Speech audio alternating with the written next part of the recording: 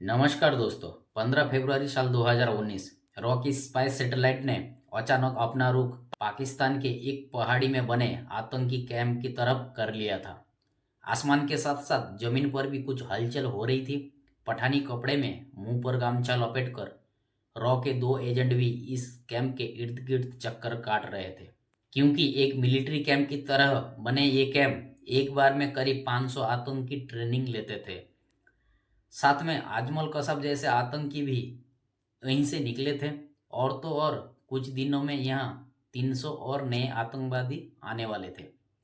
Agent तुरंत समझ जाते हैं भारत में होने वाले आतंकी का जड़ और कोई नहीं बल्कि ये कैंप है। इसलिए वो फटाफट इस कैंप की सारे फोटो अपनी कैमरे में कैद कर लेते हैं। इसके बाद ये एजेंट वहाँ से हवा की तरह गायब हो जाते हैं। जैसे ही ये सैटेलाइट इमेजेस एजेंट की इंटेल रॉ हेडक्वार्टर ऑफिस पहुंचती है, वैसे ही भारत में 1971 से लेकर अभी तक की सबसे बड़ी एयर स्ट्राइक की तैयारी शुरू हो जाती है। दोस्तों, हम किसी और नहीं बल्कि वही बालाकोट एयर स्ट्राइक की बात कर रहे हैं, जिसमें पाकिस्तान की टेररिस्ट ग्रुप जैसे मोहम्मद की आतंकी ठिकाना को राग में मिला दिया गया था। अभी ये वीडियो काफ़ी इंटरेस्टिंग होने वाला है, इसलिए एंड तक बने रहिएगा। 19 फरवरी 2019 में लगभग 4 दिन इंटेलिजेंस को देखने के बाद रॉ चीफ अनिल धमसाना रात को पीएम आवास यानी मोदी के पास आगमन होते हैं।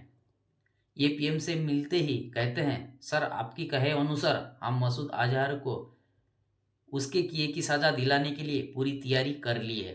पीएम मोदी इस चीज को सुनने के बाद तुरंत एक हाई लेवल मीटिंग बुला लेते हैं आधी रात को। मीटिंग में आने से Ajit Doval defence minister and तीनों सेना की चीफ भी मौजूद थे। मीटिंग शुरू होती है। धमसाना सैटेलाइट की इमेजेस मीटिंग में रखते हैं और कहते हैं, ये पाकिस्तान वेस्ट जैसे मोहम्मद का बालाकोट में स्थित सबसे बड़ा ट्रेनिंग कैंप है।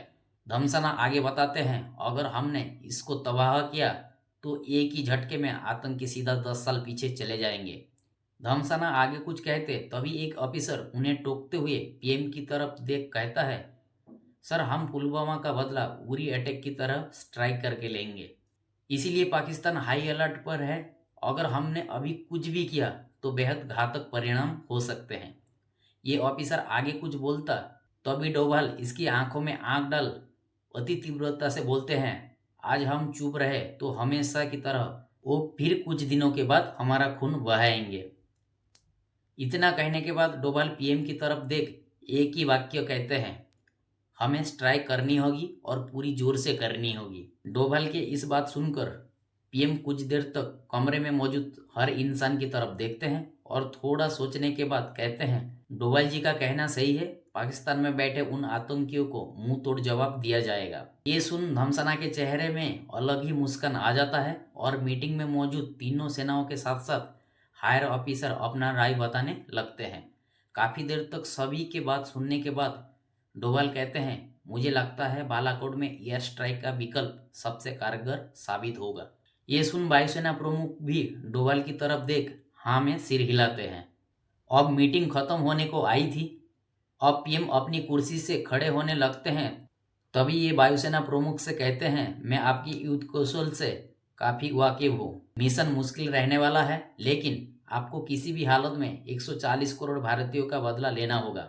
वायुसेना प्रमुख भी पीएम को जवाब देते हैं, सर इन आतंकियों के लिए नरक हम उसी धरती में बना देंगे। मीटिंग खत्म होते ही भारतीय वायुसेना ऐसी सीक्रेट ऑपरेशन की तैयारी में जुट जाती है जिसके सामने उरी जैसा सर्जिकल स्ट्राइक भी एक ट्रेलर लगने वाली थी।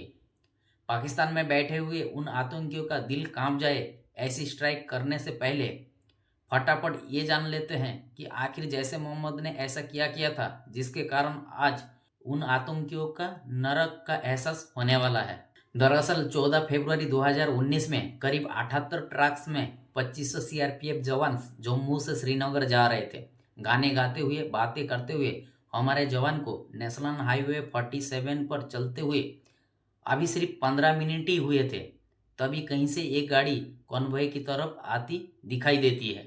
हमारे जवान कुछ समझते उससे पहले ही ये 300 किलो आरडीएक्स से भरी हुई गाड़ी कॉन्वॉय की एक ट्रक से जाकर टकरा जाता है। टकराते ही एक जोरदार धमाका होता है और देखते ही देखते हमारे 40 जवान शहीद हो जाते हैं। और कई बुरी तरह से जख्म हो जाते हैं। अटैक के तुरंत बाद ही जिम्मेदारी पाकिस्तान बेस्ड आतंकी संगठन जैश ई मोहम्मद ले लेता है और उसका हेड और कोई नहीं बल्कि मसूद अजहर ही है। 20 फरवरी 2019 पीएम से हरी झंडी मिलते ही वायुसेना तैयारी में जुट चुकी थी, लेकिन वायुसेना के लिए ये मिशन उन्होंने जैसा प्लान किया था उससे कहीं गुना ज़्यादा मुश्किल साबित होने वाला था। भारत पुलवामा का मुंह तोड़ जवाब दे सकता था और शायद फिर से सर्जिकल स्ट्राइक करे। इसीलिए पाकिस्तान ने अपनी सारी फौज बॉर्डर में लगा रखी थी। इसके अलावा रॉ इनपुट दे दी थी कि आईएसआई सारा नेटवर्क भारत में सक्रिय हो चुके हैं।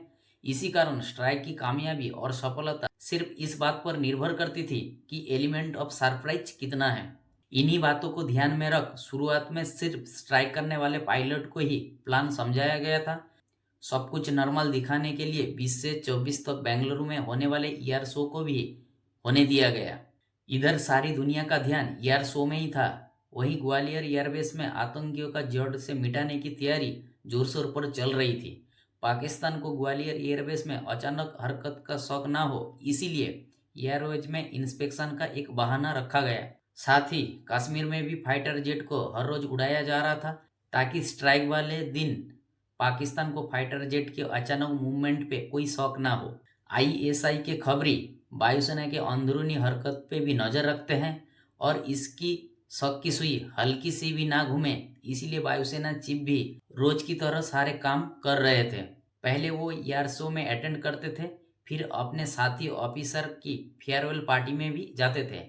ऐसे ही हर रोज कई इवेंट्स अटेंड करते थे। इधर वायुसेना की स्ट्राइक को भी पूरे अंधेरे में रखा हुआ था ताकि वो आतंकियों को जिंदगी से हमेशा हमेशा के लिए रोशनी हटा सके। लेकिन वायुसेना इस बात से अनजान थी कि स्ट्राइक के बाद एक ऐसा खतरा इंतजार कर रहा है जो पूरे भारत को चिंता में डाल देगा। 26 फरवरी 2019 आधी रात को वायुसेना चीफ दिल्ली में मौजूद अपनी आवास पर लौटते हैं और स्ट्राइक की मॉनिटरिंग शुरू कर देते हैं। दिल्ली में उस रात बारिश हो रही थी और वायुसेना के चीफ को वही डर था कि बालाकोट में बारिश ना हो रही हो, फिर तो ये पूरी तैयारी कागज का ही से बनकर रह जाती। लेकिन कुदरत का तो आतंकी को साजा दिलवाने थी। 12 मिराज फाइटर जेट ग्वालियर से पाकिस्तान की रातों की नींद उड़ाने के लिए निकल जाते हैं। उसके पीछे 4 SU-30 और 2 सर्विलेंस जहाज भी उड़ान भर लेते हैं। एलओसी के करीब पहुंचे और सभी एक साथ पाकिस्तान की एयरबेस में घुस जाते हैं और प्लानिंग के बिल्कुल उल्ट तुरंत पाकिस्तान की एयरफोर्स एक्टिव हो जाती है और आतंकियों का मौत का फरमान लेकर उड़ रही हमारी वायुसेना के पीछे वो लग जाते हैं। बेशक इलाका पाकिस्तानियों का था, लेकिन उसमें राज भारतीय वायुसेना करती है। तुरंत दो सुखई बालाकोट से कोई किलोमीटर दूर बहालपुर की तरफ मुंह मोड़ लेती है और पाकिस्तानी एयरफोर्स के पीछे दौड़ने लगते हैं। इधर पाकिस्तानी एयरफोर्स का ध्यान भटकता है और उधर रात के करीब 3 बजे एलओसी के 50 किलोमीटर अंदर पाकिस्तानी धरती पर हमारी वायुसेना आंख का नरक बना देती है। एक के बाद एक ये 12 के 12 लड़ाकू विमान पुलवामा में हमारे जवान को शहीद कर चैन की सांस लेने वाले आतंकियों को जलते हुए जिंदा नरक में झोंक देते हैं। कुल 5 बम पूरे कैंप में गिराए जाते हैं और ये बम की खासियत ये थी कि ये बिल्डिंग की छत को टक्कर मारकर पहले छेद करते हैं और बिल्डिंग के अंदर ब्लास्ट होते हैं। इसी कारण इस स्ट्राइक में आतंकियों के अलावा और किसी का नुकसान नहीं होता है। सबसे पहला बम यू शेप वाली बिल्डिंग में गिरता है और दूसरा उसके बाद जहां आतंकियों ट्रेनिंग लेने के लिए रुकते थे उस हॉस्टल पर जाके गिरता है और तीसरा बम एक छोटी सी इमारत पर जाके गिरता है। 2 बम अपना टारगेट को मिस कर देते हैं, लेकिन इतनी सी देर बम की आवाज आसमान में गूंजने लगती है और जैसे मोहम्मद का ये सबसे बड़ा कैंप तब तक राग में तब्दील हो जाता है। भारत को दुनिया की नक्शे से मिटाने को कहने वाला मसूद अजहर सिर्फ हाथ मसलता रह जाता है। तुरंत ये खबर वायुसेना के चीफ होते हुए पीएम तक पहुंच गई थी।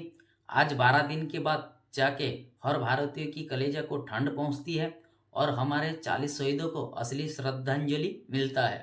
27 फरवरी 2019 अब तक पूरी दुनिया भारत के हाथों में जो पाकिस्तान को मुंह खानी पड़ी थी वो देख चुकी थी और आतंकियों को शरण देने के लिए पाकिस्तान एक्सपोज हो चुका था। भारत जानता था पाकिस्तान जरूर हाथ पैर मारेगा, इसीलिए एलओसी के करीब सभी रडार और फाइटर विमान को हाई अलर्ट पर रख दिया गया। साथ ही आर्मी और नेवी को भी हर तरह की जवाब देने के लिए तैयार रहने के लिए आदेश दिए गए थे। हमारे मिलिट्री लीडर्स ने जैसा ही सोचा था ऐसा ही हुआ। सुबह करीब 10 बजे पाकिस्तान अपनी 4th जनरेशन F-16 लड़ाके विमान के साथ एलओसी क्रॉस कर जाता है। पाकिस्तान एलओसी क्रॉस कर भारतीय सेना के कैंप पर हमले की कोशिश के उद्देश्य में आए थे और वो ऐसा करने में भी लगते हैं। तभी आसमान में डर का नया चेहरा हमारे वायुसेना का विमान यमदूत की तरह प्रकट होने दिखाई देते हैं। अपने आप को भारतीय वायुसेना से घिरे जाने के बाद पाकिस्तानियों को बम गिराना तो दूर, पाकिस्तान लौटना ही नामुमकिन सा लगने लगा। ये तुरंत बम को अफरा तफरी में खाली जगहों में गिरा देते हैं और किसी तरह हमारे वायुसैन्य के आक्रामक रूप से छुटकारा पाने के लिए मुंह छुपा के पाकिस्तान भागने लगते हैं। कुछ ही मिनट में शेर बनकर शिकार करने आए पाकिस्तानी आगे आगे भाग रहे थे और पीछे लगी हमारी वायुसेना डर का लाइव टेलीकास्ट करा रही थी। कुछ देर तक ये चूहे बिल्ली का खेल चलता है और हमारे वायुसेना ने पाकिस्तानी एयरफोर्स को पाकिस्तान में वापस एंट्री करने के लिए मजबूर कर दिया था। इसी पकड़ा पकड़ी में MiG-21 में बैठे हमारे एक पायलट अभिनंदन भरतमान आज पाकिस्तान को भारत में घुसने का पछतावा करवाते हैं, जिसके कारण आज तक वो मुंह छुपा हुआ घूम रहे हैं। पाकिस्तान का पीछा करते करते अभिनंदन एलओसी को क्रॉस कर जाते हैं और इसी बीच पाकिस्तान एयरबेस में होने के कारण अब पाकिस्तानी फिर से शेर बनने की कोशिश करते हैं। एक मिसाइल अभिनंदन की जेट की तरफ चला देते हैं। वो अभिनंदन तक पहुंचती उससे पहले ही वो अपनी लड़ाकू जहाज से पाकिस्तानी F-16 पे इस तरह एक मिसाइल मारते हैं कि वो एक ही झटके में एडवांस फाइटर जेट को अपनी फौज के सामने घुटने टेक देते हैं। इधर पाकिस्तानी मिसाइल अभिनंदन जेट को भी लग जाता है और वो तुरंत जेट की बाहर निकल जाते हैं। कुछ देर के बाद वो जमीन पर जब पैराशूट की मदद से उतरते हैं, वो खुद को बहुत सारे लोगों की झुंड में घेरा पाते हैं। दरअसल अभिनंदन और कहीं नहीं, भारतीयों का खून चूसने वाले पाकिस्तान की धरती पर कदम रख चुके थे। लोगों की ये भीड़ घूरते हुए अभिनंदन की तरफ आगे बढ़ने लगते हैं। तभी इस झुंड से एक आदमी चिल्लाते हुए बोलता है, इसकी बाजू में भारतीय झंडा है, मारो इस दुश्मन को। ऐसा सुनते ही भीड़ अभिनंदन के ऊपर टूट पड़ते हैं। फिर भी हल्का सा भी ना घबराते हुए हमारे देश के ये रक्षक भारत माता की जय का नारा लगाते हुए अपनी पिस्तौल से हवा में फायर करने लगते हैं। कुछ ही देर में भीड़ हावी हो जाती है। तब तक ये खबर पाकिस्तानी आर्मी को भी मिल चुकी थी और वो तुरंत मौके पर पहुंच जाती है। पाकिस्तान आर्मी अभिनंदन को तुरंत अपनी कब्जे में ले लेते हैं। अब तक की ये खबर भारत के पीएम तक भी पहुंच चुकी थी।